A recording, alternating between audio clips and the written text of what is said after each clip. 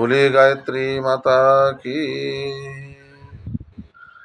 हमारे देव स्वरूप भाइयों, शक्ति स्वरूप माताओं एवं बहनों, आइए गीता चिंतन में हम आज 50, 51 और 52 श्लोक अध्याय 2 का चिंतन करते हैं, जिसमें भगवान अर्जुन से कह रहे हैं कि हे अर्जुन, जिस व्यक्ति की बुद्धि युक्त हो जाती है, समत्व योग में स्थित हो जाती है, वह व्यक्ति कैसे कर्म करता है, और तुम्हें भी वैसा ही कर्म करना चाहिए। बुद्धि युक्तो जहाति है उभे शुक्र दुष्कृते, तस्माद् योगाय युञ्जस्य योगः कर्मसु कौशलम। योगः कर्मसु कौशलम, हम कर्म को योग कैसे बनाएं, और कर्म की कुशलता ही योग है। और कर्म की कुशलता क्या है? जैसे आप कहीं काजल की कोठरी में जाएं और वहाँ का कोयला, वहाँ का काजल आपको लग ना पाए, शरीर में आपके कपड़ों को गंदा ना कर पाए और वैसा ही साफ सुथरा निकल आए, तो यह आपकी कुशलता होगी। ठीक इसी तरह से इस संसार में जब जीव आया है, तो इस जो है ये काजल की कोठरी ही है कि यहाँ का आने वाला व्यक्ति दाग लगा ही लेता है, मगर दाग ना लगे उसके लिए क्या करना चाहिए? तो योगः कर्मसु कौशलम, ये कर्म की कुशलता ही योग है। तो कर्म की कुशलता किसमें है? कि हम समबुद्धि में स्थित होकर के कर्म के फल का त्याग कर दें और हमें जो है पाप और पुण्य दोनों से हम मुक्त हो जाएं।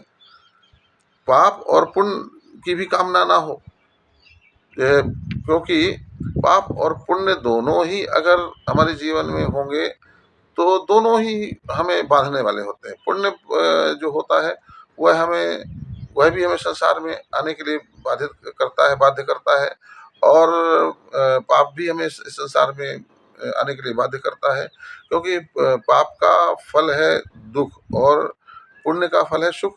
तो दोनों को भोगने के लिए तो संसार में आना ही पड़ेगा। इसलिए कर्मजम बुद्धिकता ही फलम त्यक्त्वा मनीषिणा जन्म बंध विनिर्मुक्ता पदम गच्छन्ति नामयम्। समबुद्धि से युक्त यानी जन कर्मों से उत्पन्न होने वाले फल को त्याग कर जन्म रूपी जो है बंधन से मुक्त होकर निर्विकार परम पद को पा जाते हैं। मगर अब हमारी बुद्धि में ऐसी ऐसी बातें संसार में जो है भर दी जाती हैं, कहने सुनने में आती हैं, उसी के प्रलोभन में हम फंसे रहते हैं। स्वर्ग आदि सुख की बातें, इस संसार में सुख की बातें, ऐसा लगता है कि हमें धन मिल जाएगा, हमें ऐश्वर्य मिल जाएगा, पद मिल जाएगा, प्रतिष्ठा मिल जाएगा तो हम सुखी हो जाएंगे। मगर वास्तव में संसार में सुख नहीं है, मगर हमारी बुद्धि ये कहे सुने हुए स्वर्ग आदि लोगों की बातें, संसार के सुखों की बातों में इतनी फंस जाती है कि उन्हीं का चिंतन करती है और उन्हीं को पाने की कामना करती है।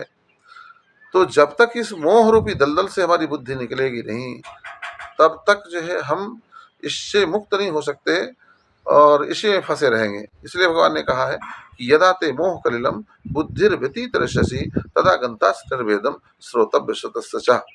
जब तक इस अज्ञान रूपी मोह रूपी दलदल से तुम्हारी बुद्धि नहीं निकलेगी, तब तक इस संसार में कहे और सुनने में आने वाले सुखों का त्याग नहीं करेगी, उन्हीं को पाने की कामना करेगी, और उन्हीं को पाने की कामना से ही जीव संसार में बंध करके आवागमन में वह लगा रहेगा। बोले गायत्री माता की जय।